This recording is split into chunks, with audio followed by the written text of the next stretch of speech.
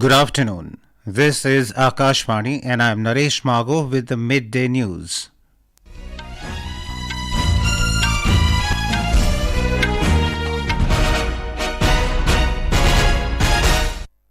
The headlines. In summit clash of Cricket World Cup, India batting against Australia in Ahmedabad. Prime Minister Narendra Modi and Australian Deputy Prime Minister Richard Marles watching the match at the stadium. India and Australia to hold second 2+2 defence and foreign ministerial dialogue in New Delhi tomorrow. Government dispatches second IAF aircraft with 32 tons of relief material for the Palestine people. Union Road Transport Minister Nitin Gadkari and Uttarakhand Chief Minister Pushkar Singh Dhami take stock of relief and rescue work for trapped workers at Uttarkashi.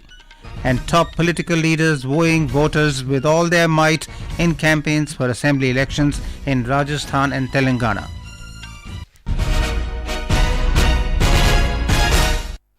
In the ICC Men's Cricket World Cup, the summit clash between India and Australia is underway at Narendra Modi Stadium in Ahmedabad. Earlier, Australia won the toss and elected to bowl. This time, India is aiming for their third World Cup crown after 12 years, while Australia is seeking to claim their record sixth World Cup win. This is the second time that both teams are facing each other in the World Cup finals after their last match in 2003. Prime Minister Narendra Modi, Australian Deputy Prime Minister Richard Marles, Chief Ministers of 8 states and eminent dignitaries have arrived to watch the match at the stadium. Indian cricket team captain Rohit Sharma told the media that his team is fully prepared for this match and they will do their best. Prime Minister Narendra Modi has extended his best wishes to the Indian cricket team for the World Cup. In a social media post, Mr. Modi said that 140 crore Indians are cheering for the team. He further wished the Indian team to shine bright and play well while upholding the spirit of sportsmanship. India were 2 for no loss in 2 balls when reports last came in. Earlier, Australia won the toss and elected to bowl. India and Australia are all set to hold the second 2+2 defence and foreign ministerial dialogue in New Delhi tomorrow. Raksha Mantri Rajnath Singh and External Affairs Minister Dr. S. Jaishankar will hold meetings with Deputy Prime Minister and Defence Minister of Australia Richard Marles and Foreign Minister Penny Wong. According to the External Affairs Ministry, the ministers are expected to discuss a wide range of strategic defence and security issues. These discussions would cover bilateral, regional and global matters of mutual interest to further advance cooperation under the India-Australia Comprehensive Strategic Partnership. Both sides will also exchange views on shared priorities for strengthening cooperation. The two sides are likely to take stock of the ongoing negotiations related to the Comprehensive Economic Cooperation Agreement. In recent years, the India-Australia relationship has witnessed transformational growth. Australia and India upgraded their bilateral relationship from a strategic partnership to a comprehensive strategic partnership in 2020. In Tamil Nadu, 22 fishermen arrested by the Sri Lankan Navy were released today at the behest of Union Finance Minister Nirmala Sitharaman. The fishermen are expected to reach Chennai later in the day. Earlier, she was briefed in Rameshwaram about the fishermen's problems vis-à-vis Sri Lankan Navy. The fishermen gave her a memorandum on the prevalent issues of the boats seized by the Sri Lankan Navy and compensation for 133 boats which are in their custody. On hearing this, Ms. Sitharaman immediately called the Deputy High Commissioner in Sri Lanka and asked him to do the needful urgently. An Indian Air Force C-17 aircraft today departed for the El Arish airport in Egypt, carrying 32 tons of relief material for the people of Palestine. In a social media post, External Affairs Minister Dr. S. Jaishankar said the second IAF C-17 aircraft carrying relief material departed for Egypt today. He said India continues to deliver humanitarian assistance to the people of Palestine. Last month, an IAF C-17 transport aircraft delivered over 38 tons of relief material and medical supplies at the El Arish airfield in Egypt. This is Akashvani giving you the news. For quick news updates round the clock, follow us on our Twitter handle at AIR News Alerts. In Uttarakhand, rescue operations are underway to save 41 trapped workers in Uttarkashi's Silkyara tunnel. The relief and rescue operations are being continuously monitored by the Prime Minister's office. 5 evacuation schemes are being worked upon for the workers. Currently, one of the schemes is being executed with great urgency, while plans are being made to quickly execute the other 4 schemes. Today, Union Road Transport and Highways Minister Nitin Gadkari and Chief Minister Pushkar Singh Dhami visited the site of the recent incident. They took stock of the relief and rescue work along with Chief Secretary S.S. Sandhu. On the other hand, yesterday, Deputy Secretary of the Prime Minister's Office Mangesh Ghildyal, former advisor to the Prime Minister Bhaskar Kulbe and OSD to the Governor of Uttarakhand and concerned officials and experts held a meeting with Director of National Highways and Infrastructure Development Corporation Limited, Anshu Manish Khalko, which is responsible for constructing the tunnel. They discussed the incident and other related matters in detail. Talking to press, Deputy Secretary of the Prime Minister's Office Mangesh Ghildyal stated that the government is actively exploring alternative methods and is seeking suggestions and advice from experts worldwide. Former advisor to the Prime Minister Bhaskar Kulbe also confirmed that work on all 4 schemes and others will commence soon. यही कोशिश है कि पूरी तत्परता के साथ जो हमें एक्सपर्ट्स लोगों ने 5 तरीके बताए हैं काम करने के, उन पर हम जल्दी से जल्दी अमल करें। और आप देख सकते हैं जमीन पर खड़े होकर कि 2 पर काम हमारा ऑलरेडी शुरू हो चुका है। तीसरा जो मूल इलाका जहां पहले रेस्क्यू वर्क स्टार्ट हुआ था, थोड़ी जिसमें कुछ ढील आई थी, वो अब हम फिर से चालू कर रहे हैं। जल्दी ही हमको बहुत अच्छे रिजल्ट्स मिलेंगे। Currently, the administration is in contact with all the workers trapped in the tunnel and has confirmed their safety. Food, medicine and adequate oxygen are being supplied to them through pipes. It should be noted that on the 12th of November, due to a landslide inside the tunnel, 41 workers got trapped, while various agencies from across the country are being deployed for the rescue. In Rajasthan, the election campaign is in full swing across the state. All political parties have put all their might to woo the voters. Senior BJP leader and Prime Minister Narendra Modi addressed an election rally in Taranagar in Churu district. He said that Congress kept the soldiers waiting for many decades for one rank, one pension. He said that the Congress government of the state does not allow processions of gods and goddesses to take place. Referring to the cricket game, Mr. Modi said that instead of scoring runs, the Congress leaders are busy getting others run out. He said that 5 years the state government was spent in running each other out. He said that the country is making new achievements in every field.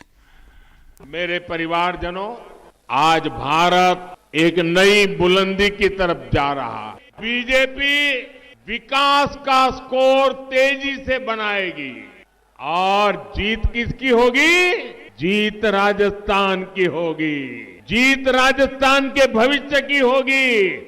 जीत राजस्थान के माताओं, बहनों, किसानों, युवाओं की होगी। On the other hand, while addressing a public meeting in Bundi district, Congress leader Rahul Gandhi said that there is a need for a caste census in the country. Praising various schemes of the state government, he said that the government has done excellent work for education, health and employment. In Rajasthan, 6 policemen were killed and 1 injured when their vehicle collided with a truck on NH58 in Churu district early this morning. According to police, the police team of Khinswar police station of Nagaur was going to Jhunjhunu for the security of Prime Minister Narendra Modi's meeting to be held there when their vehicle collided with a heavy vehicle between Kanuta and Sujangarh towns of Churu district. Director General of Police Umesh Mishra condoled the demise of the cops, saying it was a great loss to the police department and bereaved family members. In Telangana, Congress star campaigner and General Secretary Priyanka Gandhi Vadra today asked the youth not to give jobs to BRS leaders if they want employment. Addressing a public meeting at Khanapur in the state, she said the Congress will reform the State Public Service Commission so that regular recruitment takes place. She appealed to people to be alert and understand whether development took place over the past 5 years. BJP President JP Nadda is addressing a public meeting at Narayanpet. He will also campaign at Chavela and hold a roadshow in Malkajgiri constituency. In Madhya Pradesh, 77.15% voting has been recorded in the single-phase election of 230 assembly seats. As per the revised data released by the State Election Commission, the voting percentage of male voters in the state is 78.21 and that of female voters is 76.03. Prime Minister Narendra Modi paid tributes on the birth anniversary of former Prime Minister Indira Gandhi today. On this occasion, Congress President Mallikarjun Kharge and party leaders Sonia Gandhi and Rahul Gandhi also paid tributes to her at Shakti Sthal in New Delhi. Prime Minister Narendra Modi today paid his heartfelt tributes to the symbol of bravery of Indian women power, Rani Lakshmibai, on her birth anniversary. The Prime Minister said the story of Rani Lakshmibai's courage, struggle and sacrifice against the atrocities of the British rule will continue to inspire every generation of the country. The main ritual of Chhath Puja celebrations, the Sandhya Arghya, will take place today with offerings of oblations to the setting sun.